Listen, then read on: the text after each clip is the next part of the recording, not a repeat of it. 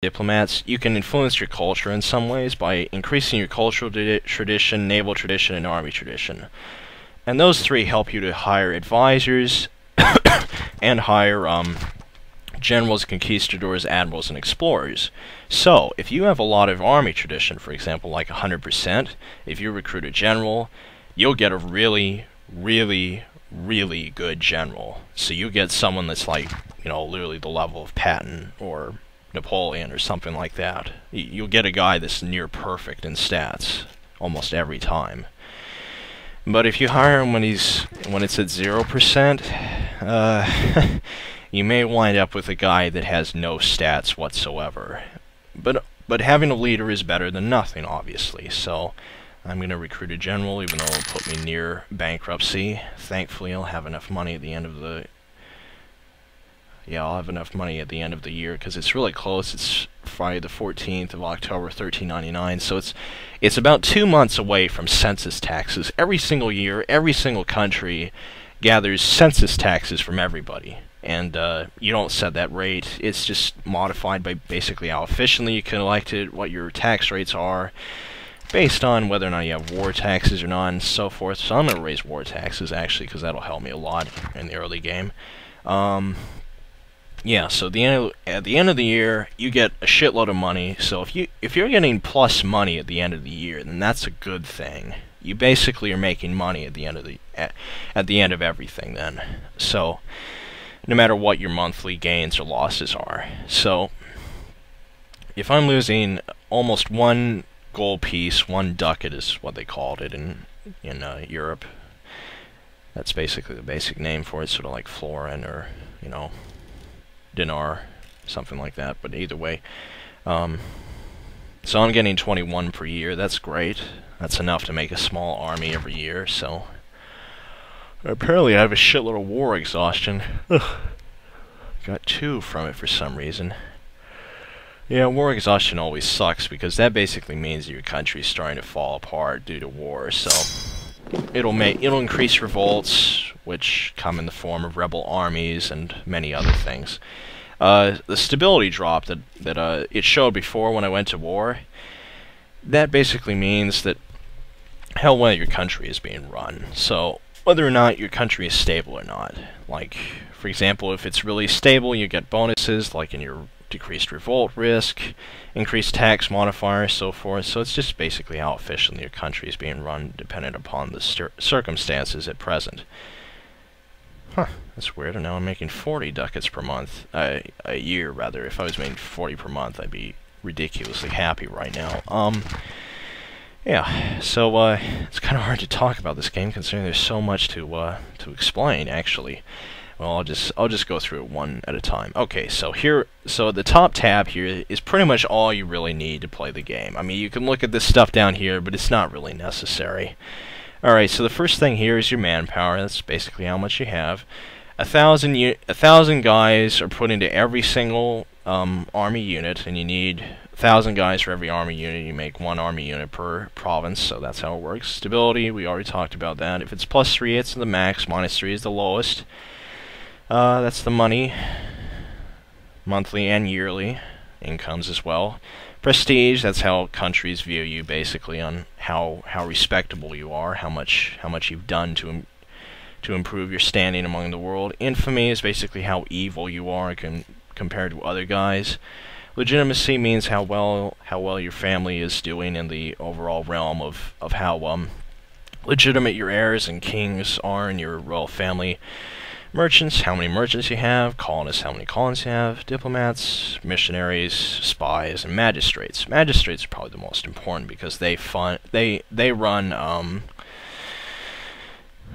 cultural decisions, they run buildings, they run everything, basically. They are the most important unit in the game in terms of diplomatic, well, actually administrative things.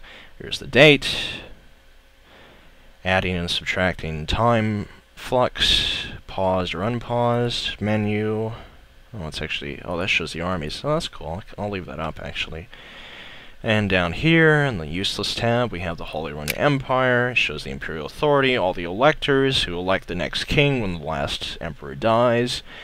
All the member states, imperial reforms that can be performed, but you can only enforce these if you're the emperor, of course. You can leave the Holy Roman Empire, which is stupid at this point.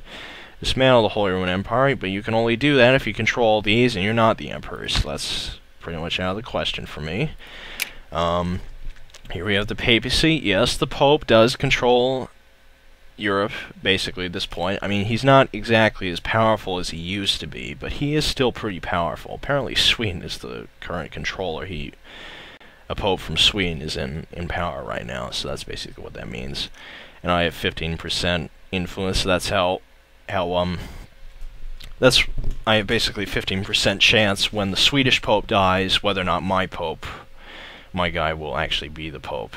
So, cardinals, that basically means how many cardinals I have. Then they increase papal influence, which in turn determines whether or not I'll be the papal controller. I don't know why it's suddenly lagging there, but that's cool. It finally stopped. Got the modifiers, there's a lot of those. This is actually very much like Victoria and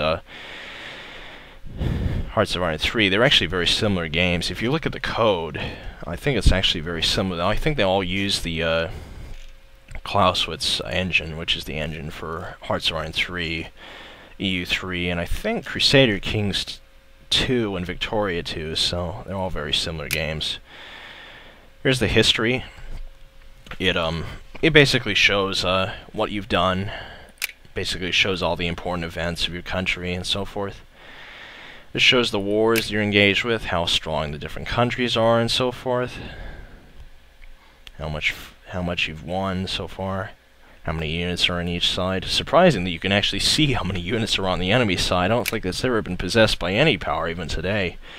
Okay, you need to find province, go to capital province. Oh yeah, I should cover this too. Munchen is currently my, I don't think I'm saying that right, but either way, it's Munich in English, by the way. This is Swabia, this is, oh fuck, I don't even know what these other two are. I don't know what they could possibly be. I gotta look them up. So Munich. Munich is currently my capital and my national focus. The capital is your most important state because it can't be controlled without your entire country being annexed. And it usually is the place that you want to defend because I think that's where all your taxes take place and where your center of trade most likely should be at because it's usually the most rich province and the most populous province. But not always, you know. I mean, like, for example, take the United States, for example. New York may be the most populous country on the East Coast, but that doesn't mean it's the capital. It isn't. But it is the richest and the largest city in the U.S., besides, I think Los Angeles is smaller, actually, but I'm not so sure. Los Angeles and New York are the largest cities in the U.S., but Washington, D.C. is incredibly small, and it's still the capital, so there you go. National focus is basically your most important city. Again, New York would probably be the national focus of the U.S. currently, so it's basically the main center of your country. It doesn't have to be your capital. You can move it anywhere. It doesn't incur any penalty, but that does make that province much more powerful. And you need the national focus to be province to be bordering or be the province where you're going to put a center of trade. So, now that's all been taken care of. Let's get on to the more important parts. Alright, so here we have, whenever you click a province, like, for example, Munich, you can build a bunch of different buildings, but right now I don't even have enough to build even a simple fucking marketplace in my great capital that I can't even pronounce right for some reason. Okay, and there's various different buildings too. There are forts, marketplace, trade-based buildings, production-based buildings, navy buildings, army buildings, government buildings. Since Bavaria is a landlocked country, naval technology is not very important for me, but I'm still going to fund it anyway because once I get a port, I don't want to be stuck in the 14th century, as you probably know that I do not like being in, since it still is the 14th century, and I practically have 14th century technology. Yes, that is the technology map. It's all three. Europe. It's all fucking three. The lowest technology you can possibly be. And all of the Islamic countries are 5 in everything. They all start off with better technology. So, Europe, even though it does increase technology faster, it has an enormous weakness compared to the Islamic territories and countries at the very beginning. So, Europe is extremely weak right now, and very backward, I might add. They don't even have longbowmen. They're not using trebuchets. They don't even have cannons or anything. No guns, nothing. So they're incredibly backward compared to the rest of the world. I think even China is more advanced, obviously, because they have many inventions that they themselves created, and Europe is still practically in the Middle Ages. This is still the High Middle Ages. I mean, it's not even the Renaissance yet, practically. Italy still hasn't really gotten cooking. So yeah. We have unique buildings you can build in any province, manufactories, such as universities, fine arts academies, and so forth and so forth. Anyway, and then there's also diplomacy, so when you click on a country, you can declare war, royal marriage, which basically means, royal marriage means that your royal families basically come together and they align themselves with each other, essentially, and they inherit each other's thrones if they want to. So it's not a very good thing to do on a whim, because if you get really weak, someone else could just inherit your country if you're too weak to defend yourself from them, and you'd lose the game. So we're not going to do that very much, except for like with Austria, because that's a mission later on. So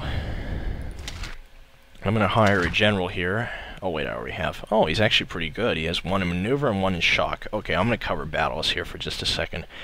Fire, shock, maneuver, and siege are the 4 basic traits of a battle.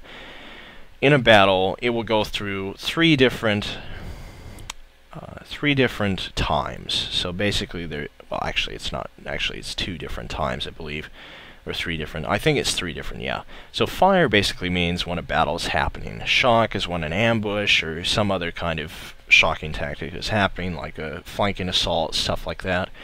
Maneuver is how fast you move, and siege is how well you siege. I think you can only either have 1 or 0 in siege. I've never seen anybody with higher than 1. I think you can have it higher than 1 in siege, but I'm not so sure. I could try making my ruler a general, but that usually makes it so that he's easier to die, even when he isn't even controlling somebody, you know, even when he isn't even controlling an army. So it's pretty much pointless to make your ruler general, because he can die really early on, even if you don't even make him leader of an army. So let me just do a quick calculation here of how much gold I'm using up. So if I'm making, so if I'm losing 1 ducat per month, and there's so I'll lose 2 ducats, no matter what. So I'm gonna build just 1 halberd infantry, and that's it.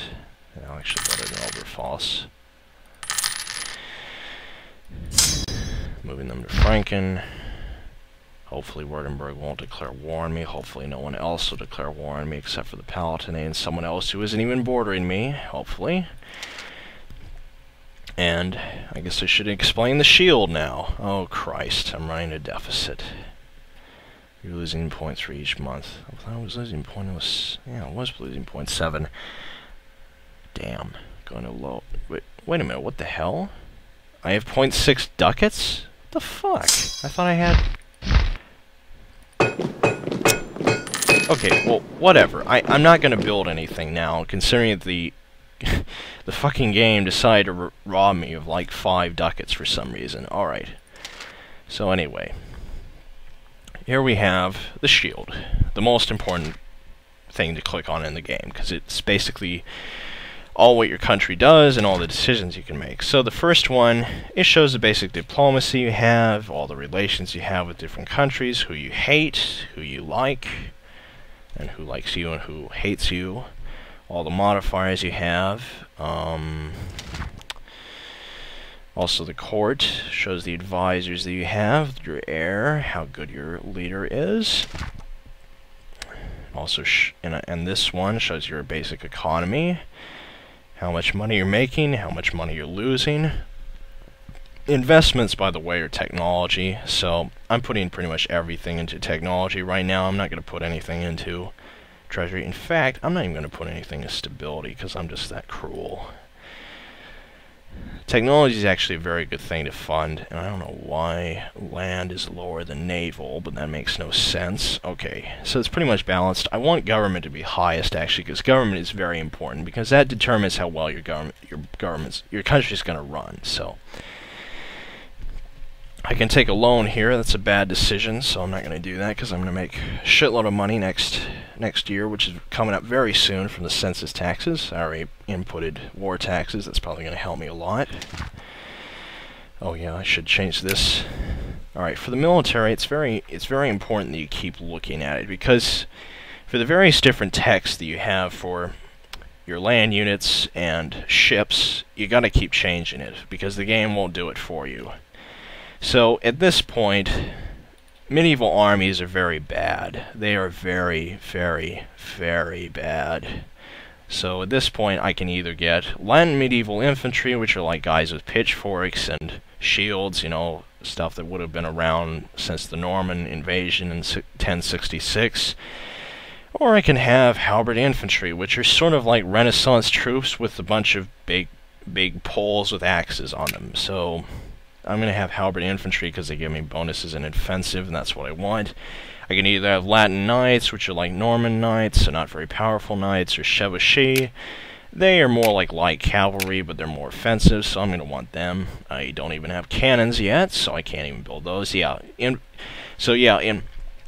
battles, it's 3 different troops types: infantry, cavalry, artillery. You can only have 1 type of each, so that's how it works. But you can build different types, with like mercenaries and different corps, things like that, that other guys control. You can build their stuff. Then you have ships, and of course it's all medieval ships, so it's complete shit, and I wouldn't have been using it anyway, because I don't even have a port anywhere, much less a fucking sea route. And I have my war exhaustion, that I've already talked about that makes everything really bad in your country. People get pissed off at the war, everything starts running badly, so there you go. And then you have the morale for land and sea. My morale is actually pretty low for my land units. It's like a 2.4. That's okay, but not very good. You also have maintenance. Obviously, maintenance goes up whenever you're making a unit. Religious decisions. You can send delegates to popes, do a bunch of other stuff to improve religion, or devolve it into various different things, like burning heretics and so forth. Then you have government decisions, like for example, I can change my government from a feudal monarchy to a despotic monarchy. But I'm not actually going to do that. As from what I can see here, a despotic monarchy is completely useless. Look at what the feudal monarchy does that the despotic monarchy doesn't do. I mean, just look at it for a second. Okay, I'm sure by now you can see a huge difference between them. This one is much more military-based. This one is much more, well, diplomacy-based, because your infamy limit goes up by 10.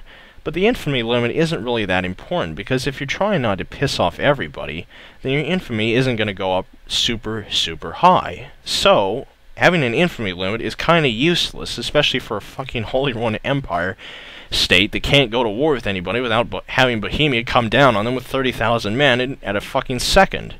So, a despotic monarchy is completely and entirely useless, whereas a feudal monarchy gives you beautiful bonuses of manpower modifiers of 10% more, as well as land force limits modifier of plus 20%, which is beautiful. That gives incredibly weak countries otherwise extremely powerful armies.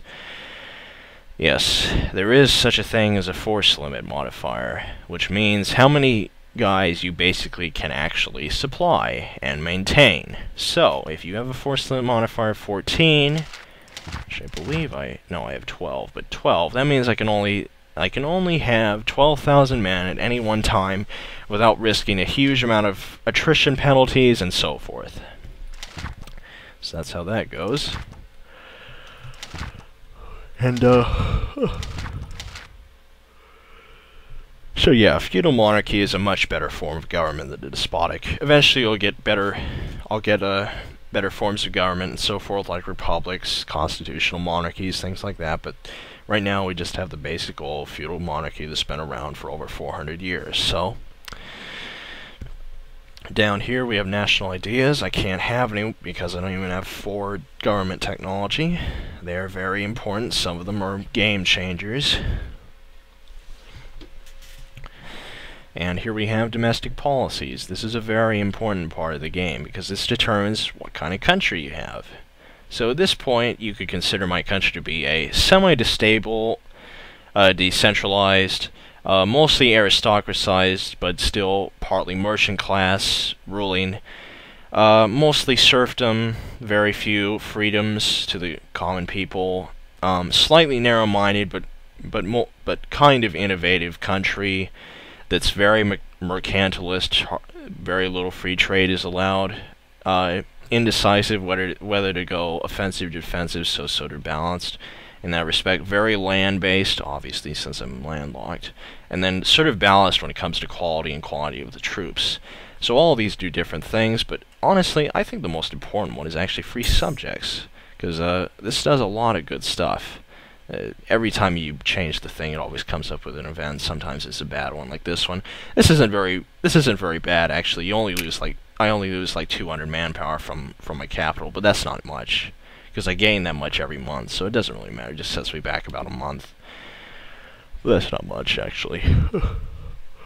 But free subjects, if you look at it between serfdom and free subjects, you look at serfdom, the bonuses are not very good. Stability